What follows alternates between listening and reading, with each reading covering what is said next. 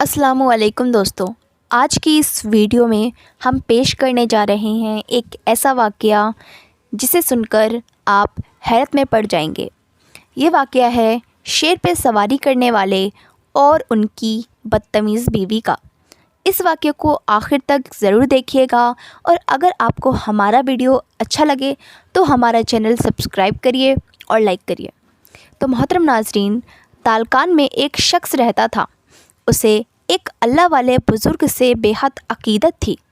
उन बुज़ुर्ग का नाम हज़रत अब्दुल हसन हरकानी रहमतुल्लाह अलैह था। उस शख्स को हज़रत से मिलने का बहुत शौक़ था। उनका दीदार, उनकी ज़ियारत का, उनसे बातें करने का, उनसे बहुत कुछ सीखने का। लेकिन तालकान और हरकान के दरमियान का रास्ता जंगल का रास्ता था। उस रास्ते से जानवरों का डर, डाकुओं का डर उसे हमेशा इस सफ़र से रोक देता था, क्योंकि वो सफ़र बहुत ही ख़तरनाक और भयानक होता था, जिसकी वजह से उससे सफ़र नहीं हो पा रहा था। लेकिन एक दिन ऐसा हुआ, शौक़ दीदार, शौक़ ज़ियारत में आकर कहर उसने सामान बांध लिया और हरकान की तरफ निकल पड़ा। कई दिन और कई महीने पहाड़ों और जंगल के रास्ते से होता हुआ, डाकुओं से, लुटेरों से बचता हुआ एक लंबा और मुश्किल सफ़र तय किया। आखिरकार वो लंबा सफ़र तय करता हुआ हरकान पहुंच ही गया। हरकान पहुंचकर उसके दिल को इत्मीनान आया कि आखिर वो हज़रत के गांव पहुंच ही गया। लोगों से उसने मालूम हासिल किया कि हज़रत बहुत मशहूर हैं।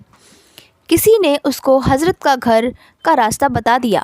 वो शख्स हज़रत के घर पहुंच गया और बड़ी अक़ीदत और मोहब्बत के साथ दरवाज़ा खटखटाया तो अंदर से हज़रत की बीवी की कर्जदार और कड़कदार आवाज़ आई।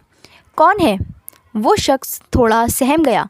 वो सोचकर आया था कि हज़रत का घर है, यहाँ मैं दरवाज़ा खटखटाऊँगा तो अंदर से बड़ी प्यारी सी आवाज़ आएगी और मेहमान नवाजी होगी, अंदर बुलाया जाएगा, इज़्ज़त से बिठाया जाएगा। लेकिन थोड़ा सहम गया। उसने कहा कि मैं तालकान से आया हूँ और मैं हज़रत का अक़ीदतमंद हूँ, उनसे बेहद मोहब्बत करता हूँ, उनका दीदार करना चाहता हूँ, उनकी ज़ियारत करना चाहता हूँ, उनसे बात करना चाहता हूँ, उनसे बहुत कुछ सीखना चाहता हूँ।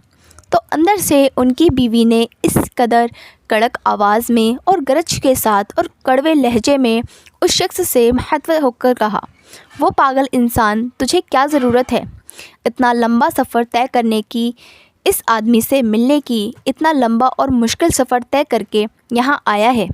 ये कहा कि हज़रत कहाँ का बुज़ुर्ग, तुमने शायद धूप में बाल सफ़ेद किए हैं, तुम्हारी अकल पर तो रोने का दिल करता है, तुम्हें कोई काम धंधा नहीं है क्या? और ये आदमी कब से शेख बन गया? अरे जाओ भाई जाओ, अपना काम करो, उन्होंने तो सिर्फ धोखे का जाल बिछा रखा है। अभी वक्त है, जहाँ से आए हो उल्टे पैर वापस लौट जाओ। उसके चक्कर में ना पड़ो, उसके चक्कर में पड़ोगे न दिन के रहोगे और न दुनिया के। जब उस शख्स ने हज़रत की बीवी की बातें सुनी तो उसकी आंखों के सामने अंधेरा छा गया, पैरों तले ज़मीन निकल गई। कहने लगा कि हज़रत को देखो, हज़रत की बीवी को देखो, इनकी बातें को तो देखो, ये हज़रत की बीवी हैं और इतनी बदज़ुबान, इतनी कड़वी और इतनी बदल अखलाक हैं। चलो, मेरे बारे में इतनी सारी बातें बोल दी, कोई बात नहीं, मैं तो बर्दाश्त कर लूँगा, लेकिन हज़रत के बारे में इतनी बुरी बुरी बातें की। हज़रत की इनसे तो सारी दुनिया जगमगा रही है और हज़रत की भी पर तो चिराग तले अंधेरा हो गया। वो शख्स हैरान और परेशान होकर हज़रत की बीवी की बातें सुनकर उस घर के वापस लौट गया। और लेकिन उसने ठान लिया कि मैं इतना लंबा सफ़र तय करके आया हूँ, इतना वक्त लगा, महीने का सफ़र तय किया, तो हज़रत से मिले बग़ैर तो मैं यहाँ से नहीं जाऊँगा और उनकी बीवी की बदहाली की वजह से ज़रूर पूछ कर जाऊँगा। वो लोगों के पास आया और हज़रत का पता पूछा कि हज़रत कहाँ मिलेंगे। तो लोगों ने कहा कि आप जंगल में जाओ, हज़रत इस वक्त जंगल में रहते हैं, लकड़ियाँ काटते हैं, लकड़ियाँ लाने के लिए गए होंगे, आप वहाँ चले जाओ। वो अक़ीदतमंद जंगल की तरफ निकल पड़ा तो रास्ते में اسے شیطان نے بہکایا کہ کہاں جا رہے ہو، کون سا شیخ، کیسا شیخ، کس کے چکر میں پڑے ہو؟ اگر یہ اتنا بڑا ہوتا تو ان کی بیوی اچھی نہیں ہوتی، یہ اپنی بیوی کی تربیت کر دیتے۔ وہ شیطان عجیب و غریب وسوسے اس شخص کے دل میں ڈال رہا تھا تاکہ وہ اپنے شیخ سے بدگمان ہو جائے، لیکن وہ شخص بڑا عقیدت مند تھا، وہ لاہور والا تھا۔ پڑھتا ہوا آگے چلا گیا۔